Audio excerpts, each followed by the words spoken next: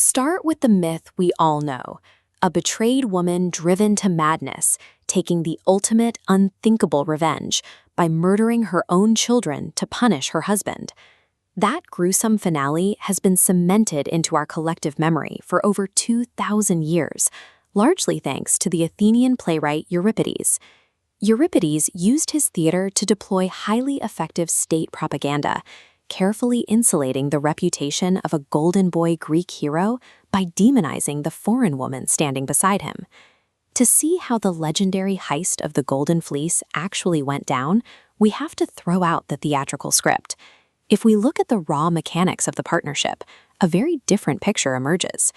We start in the kingdom of Colchis, right on the edge of the Black Sea, days before Jason attempts to win his prize. Far from the fearless, confident warrior of later myths, Jason is paralyzed. The local king has ordered him to complete a series of deadly, physically impossible trials, and Jason knows he is completely out of his depth.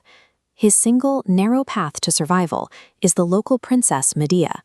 She possesses a deep knowledge of arcane chemistry, and she agrees to supply Jason with the powerful, strength-enhancing elixirs he needs to stay alive. This legendary union grew out of a cold, transactional pact for survival. When the trials begin, Jason performs incredible feats of strength. He violently yokes a pair of fire-breathing bulls and drives them to plow a field, then sows the furrows with dragon's teeth. But he accomplishes this only because his skin is entirely drenched in Medea's custom-brewed lotion. The spectacle quickly escalates. From the freshly turned soil, an army of skeleton warriors claws to the surface, raising weapons to cut him down. In the chaos, Jason relies entirely on the specific tactical instruction Medea fed him earlier. He bends down, grabs a heavy stone, and hurls it directly at the agitated bulls. In a blind rage, the beasts charge the skeletons, trampling the undead army to dust.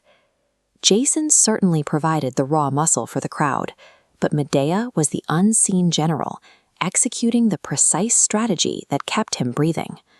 Even after Jason clears the obstacles, King Aeetes flat out refuses to hand over the Golden Fleece, so the partnership instantly pivots from a public athletic display to a covert midnight heist.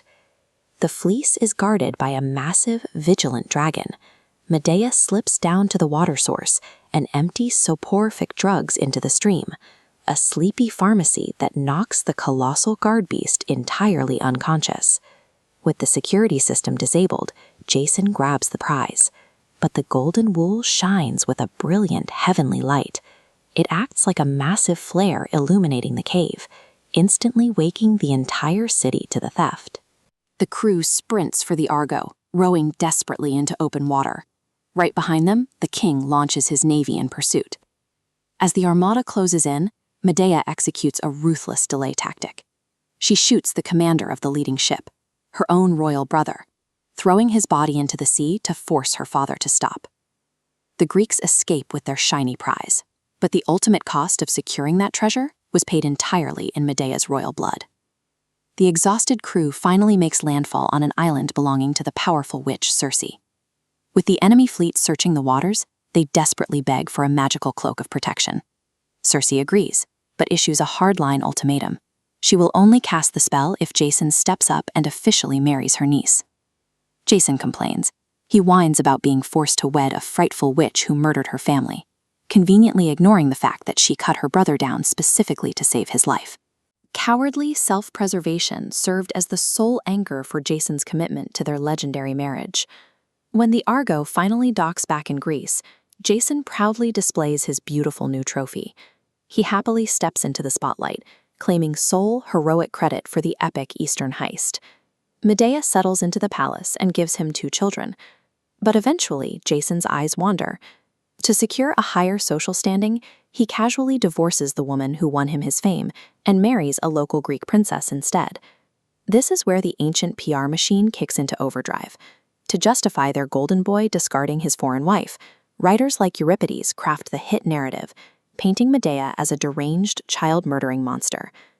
Jason secured the social standing and the historical victory in Athens, but he critically underestimated the brilliant mind that actually orchestrated his success in the first place.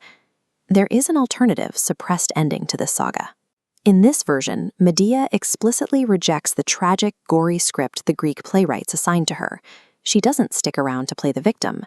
Instead, the gods themselves send a winged chariot, allowing her to elevate right out of the reach of her enemies and fly away from Greece. And she leaves one final historical sting.